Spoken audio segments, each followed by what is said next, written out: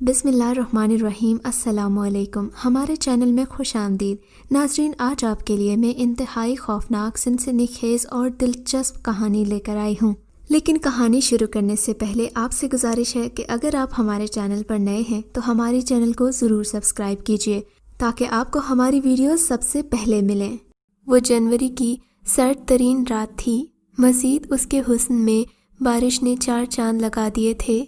سر شام ہی ہلکی ہلکی رم جھم کے سبب تمام لوگ نرم گداز بستروں کی اوٹ میں جا چھپے تھے۔ ویسے بھی ایبٹ آباد کے باشندے جلد سونے کے عادی تھے، لیکن آج بارش اور انتہا کی سردی نے وقت سے پہلے ہی سب کو بستروں کی زینت بنا دیا تھا۔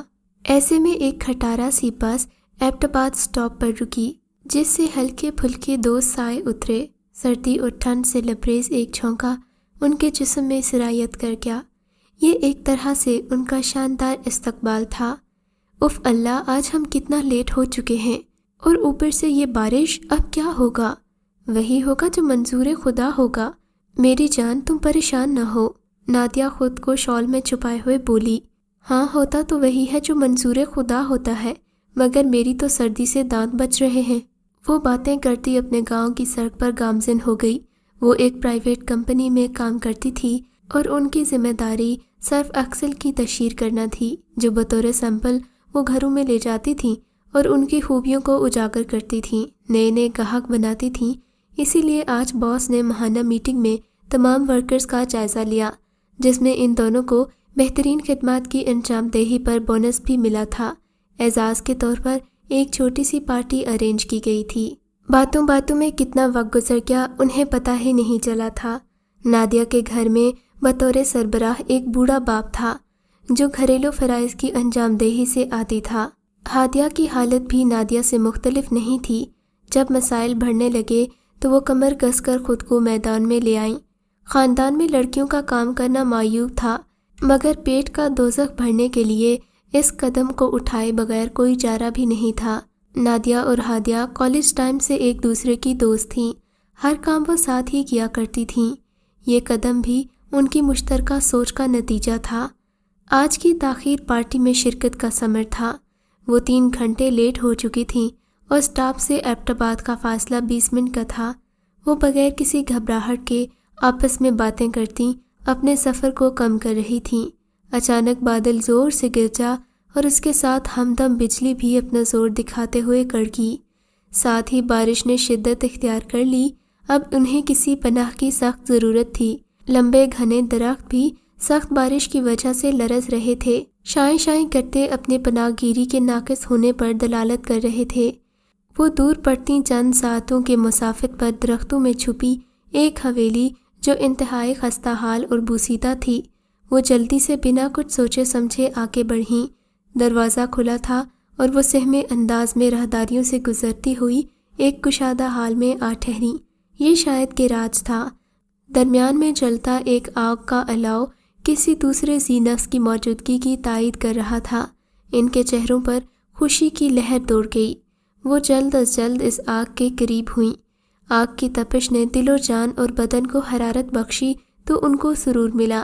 گیلے بالوں اور کپڑوں کو سینکتے ہوئے وہ دونوں آگ کے سامنے بیٹھ گئیں۔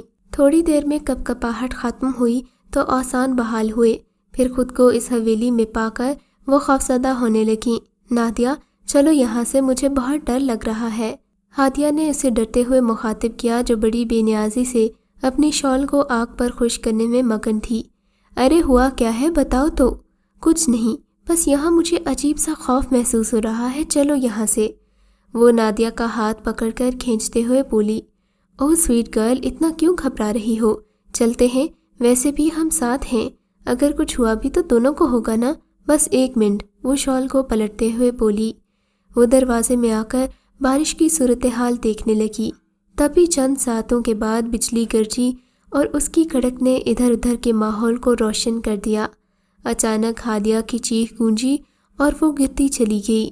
وہ ہادیہ ایک درخت کی طرف اشارہ کرتے ہوئے کچھ کہنے کی کوشش کر رہی تھی، مگر اس کی زبان جیسے لڑکھڑا کر اس کا ساتھ نہیں دے رہی تھی، جیسے کوئی اس نے ناقابل یقین منظر دیکھ لیا ہو۔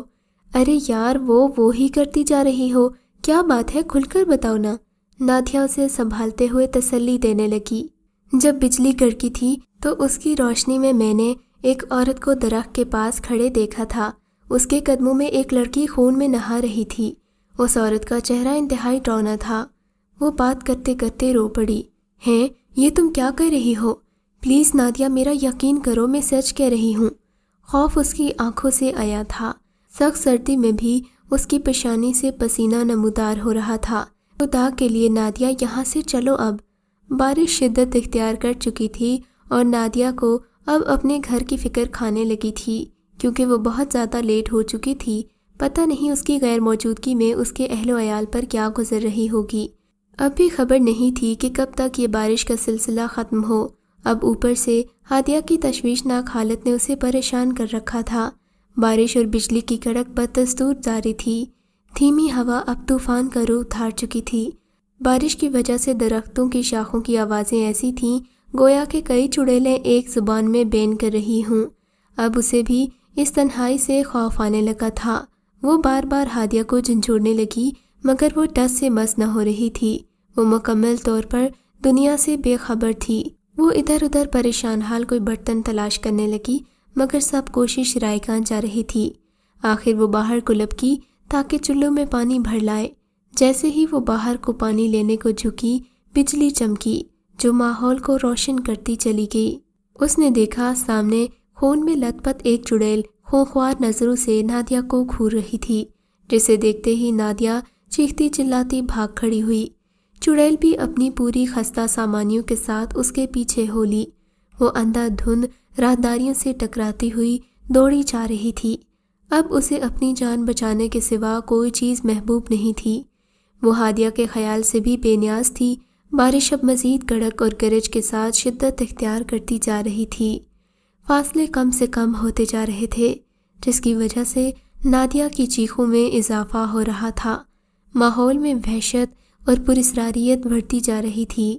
اب نادیہ کے لیے فرشتہ اجل لمحہ بلمحہ قریب آتا جا رہا تھا۔ مختصر سی حویلی بھی طوالت اختیار کرتی جا رہی تھی۔ وہ بھاگتے بھاگتے کسی ٹھوس چیز سے ٹکرائی، پھر اس کی آنکھوں کے سامنے تارے ناچنے لگے۔ اس کے ساتھ ہی وہ بے ہوش ہو گئی اور دنیا سے بیگانی ہو گئی۔ جب اس کی آنکھ کھلی تو خود کو عجیب و غریب بستر پر پایا۔ وہ جھونپڑی نما چھپر میں تھی۔ وہ محبود ہی رہ گئی۔ میں کہاں ہوں؟ حیران پریشان نظروں سے چند سیکنڈ چھت کو گھورنے لگی۔ تبھی اس کے دماغ کی اسکرین پر پچھلی رات کا منظر چلنے لگا۔ ہادیہ کا خیال آتے ہی وہ یکدم اٹھ کھڑی ہوئی۔ درد کی ٹیسو نے اس کی چیخ نکال دی۔ وہ بستر پر گرتی چلی گئی۔ جلدی سے ایک نہایت ہی حسین و جمیل، چمکتا کشادہ چہرہ، گالوں پر سجی ہلکی سی مسکراہٹ اور تیکھے نین نقوش والا نوجوان اندر داخل ہوا۔ محترمہ لیٹے رہیے، وہ اس پر چھپتے ہوئے بولا۔ کون ہو تم اور میں کہاں ہوں؟ وہ بوکھلا کر بولی۔ فی الحال تمہیں کچھ آرام کی ضرورت ہے، پھر بتاؤں گا کہ تم کہاں ہو۔ نہیں، مجھے اسی وقت بتاؤ کہ میں یہاں کیسے پہنچی ہوں، اور وہ چڑیل اور ہادیہ کہاں ہے؟ وہ کانپتی ہوئی زبان سے بول رہی تھی۔ کون چڑیل، کون ہادیہ؟ نوجوان چونکتے ہوئے بولا۔ مجھے تم ایک پرانی حویلی میں بے ہوش ملی تھی۔ کیا بات ہے، مجھے سچ سچ بتاؤ۔ نادیہ نے حویلی میں پیش آنے والا تمام واقعہ اس کے گوش گزار کر دیا، جسے وہ غور سے سنتا رہا۔ جو ہی اس کی داستان علم ختم ہوئی، نوجوان کی نظریں نادیہ کے مجسمے کا طواف کرنے لگیں۔ وہ اس اللہ کے نام پر مشتمل لاکٹ نے تمہاری جان بچائی۔ وہ لاکٹ کی طرف اشارہ کرتے ہوئے بولا جو اس کی ماں نے اسے دیا تھا۔ بیٹی، یہ رب پاک کے نام کا لاکٹ ہے۔ یہ تمہاری ہر مصیبت میں جن، پریوں اور چڑیلوں سے حفاظت میں کارآمد ہوگا۔ جب نادیہ اس وقت جدید دور میں اکثر لوگوں کی طرح بھوت پریت پر یقین نہیں رکھتی تھی، تبھی اسے پہننے سے انکار کر رہی تھی، لیکن اس وقت اس کی دادی ماں نے اسے زبردستی پہنایا تھا۔ آج وہی اس کی جان کا محافظ بن گیا۔ Oh thank God! مگر میری دوست ہادیہ کا کیا بنا؟ اسے اچانک اپنی دوست کا خیال آیا۔ اس کے بارے میں کچھ نہیں کہہ سکتا۔ میرے گھر والے میرے بارے میں بہت پریشان ہوں گے۔ نادیہ نے موضوع بدلا۔ ہاں، اس نے کہا لگایا تو یوں معلوم ہوا کہ اس کے دانت موتیوں کی طرح چمک رہے ہیں۔ جتنا وہ خوبصورت اور حسین تھا، اس سے کہیں زیادہ اس کے نئے نقش پیارے تھے۔ نادیہ اسے دیکھتے ہی سب کچھ بھول بیٹھی۔ اس نوجوان نے نادیہ کے سامنے چٹکی بجائی تو وہ شرماتے ہوئے نظریں چرا گئی۔ یہ میری سلطنت ہے، یہاں دن ہے مگر تمہاری دنیا میں اس وقت رات کے 12 بجے ہوں گے۔ کیا مطلب؟ تمہاری سلطنت ہے، وہ ہماری دنیا ہے، کیا مطلب؟ یہ تم کیا بول رہے ہو؟ نادیہ یکدم ابھری، گویا کسی نے اس پر گرم پانی انڈیل دیا ہو۔ چھوڑو میڈم، یہ باتیں تمہاری سمجھ سے بالا تر ہیں۔ ہمیں جلدی سے اس جگہ پہنچنا ہوگا جہاں سے تم مجھے ملی تھیں۔ اب اپنی آنکھیں بند کرو۔ نادیہ نے حکم کی تعمیل کی اور اپنی آنکھیں بند کر لیں۔ ہوا کا نرم و نازک جھونکا اس کے بدن سے ٹکرایا، خود کو ہواؤں کے دوش پر اٹھتا خیال کرنے لگی۔ 5 منٹ کے وقفے کے بعد اس نے پلکیں کھولنے کا حکم دیا۔ نادیہ نے جو ہی پلکیں کھولیں، اس نے خود کو حویلی کے گیٹ کے سامنے پایا جہاں پر بارش تھم چکی تھی اور اب گھٹا ٹوپ اندھیرا تھا۔ کیا ہم اڑ کر آئے ہیں؟ وہ سوالیہ نظروں سے نوجوان کو تکنے لگی، کیونکہ چند لمحے پہلے کا منظر اور تھا اور اب کوئی اور ہے۔